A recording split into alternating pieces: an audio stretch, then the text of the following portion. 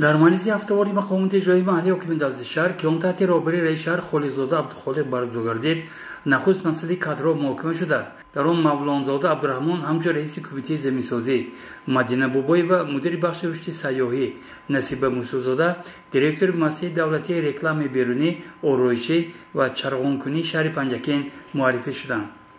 سپس رئیس شهر خلیلزاده عبدالخالق توجه مسئولان را با بنیاد انشاءات جشنی بخشیده به 30 سالگی استقلالیت دولتی جمهوری تاجیکستان جهت نموده سپارش داد که بعضی از این انشاءاتها تا روز وحدت ملی باید مورد بهره برداری قرار گیرند. رشد صاحبکاری و جلب صاحبکاران به ساختن انشاءات جشنی از جمله مسئله دیگر بود که رئیس شهر آن را مهمترین وظیفه ارزیابی نمود در مرحله کنونی آمادگی به 30 سالگی استقلالیت دولتی جمهوری تاجیکستان. بعدا تامین اهالی به آب نوشابه و دائما فعال نگاه داشتن تلفن باوری در اداره آب تشناب و کانالیزاسیون محاکمه شد. خلیلزاده عبدالخالق از روی این مسئله و اراده خود را بیان نموده رهبران مسئول را وظیفه دار ساخت که وظیفه خویش را در این بابت باعث درک مسئولیت اجرا نمایند. در جلسه وضع پایگاهی آبرسانی محاکمه گردیده تاکید شد که استاتهای مقامات اجرایی محلی حکومت دولت شهر باید دائما عمل کننده باشند. مسئولان اساسیت آبرسانی در جمع‌آوری مبلغ آب استفاده شده مسئولیت زیاد احساس نمایند.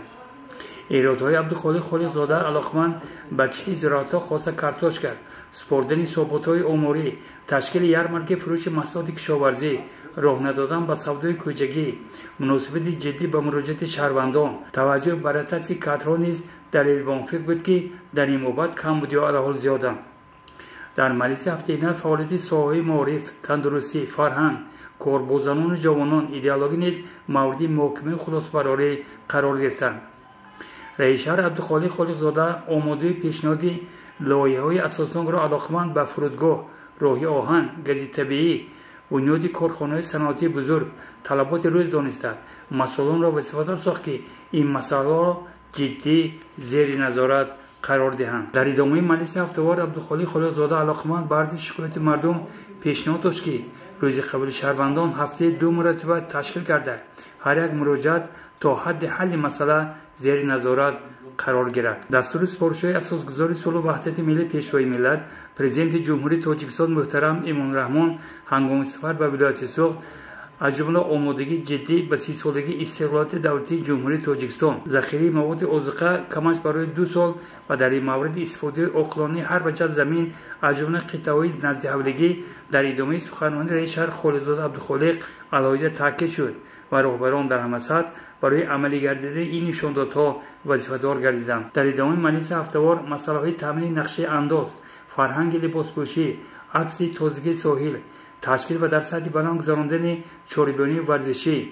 قرض اداری تشکیلات‌ها از برق، توجه به آزمون‌های از طریق حکومت جمهوری اعلان شده از جمله فروغ صوب دانایی کتاب است، تنظیم جشن مراسم‌ها، با گردش کشاورزی وارد ساختن زمین‌های بیکار خوابیده و چند موضوع دیگر مورد محاکمه قرار گرفته تاکید شد که وظیفه معین شده همه وقت تامین می‌گردند که اگر هر یک خدمتچی دولتی مسئولیت و ننگ و ناموس داشته باشد و درک سازد که 30 سالگی استقلالیت دولتی جمهوری تاجیکستان جشنواره عادی نیست و آن یک نوع امتحان است در نزد وجدان هر یک نفری که خود را صاحب دولت اعلان کرده است. از طرف دیگر گفت رئیس شهر خلیلزاده عبدالخالق ما کسی نباشیم در کدام وظیفه کار نکنیم باید فراموش نسازیم که بردی نان یافته‌مان همان وقت حلال است اگر خلق از ما راضی باشد، اگر ما اجرای ارمان‌های مردم را مهمترین قرض ایمانی و وجدانی خویش دانیم.